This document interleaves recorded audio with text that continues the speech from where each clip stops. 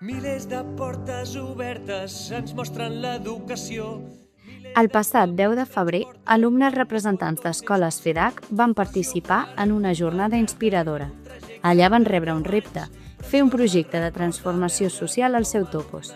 Durant mesos han conversat amb les persones de l'entorn, han detectat problemàtiques, han fet propostes de millora, han prototipat, han fet un servei, han creat i reforçat vincles i han generat equip. El dia 2 de juny presentaran els seus productes finals en el primer congrés d'alumnes FEDAC.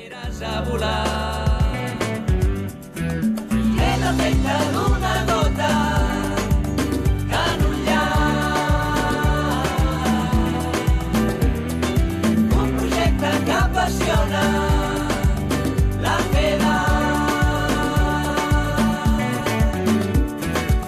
una escola del nou segle XXI.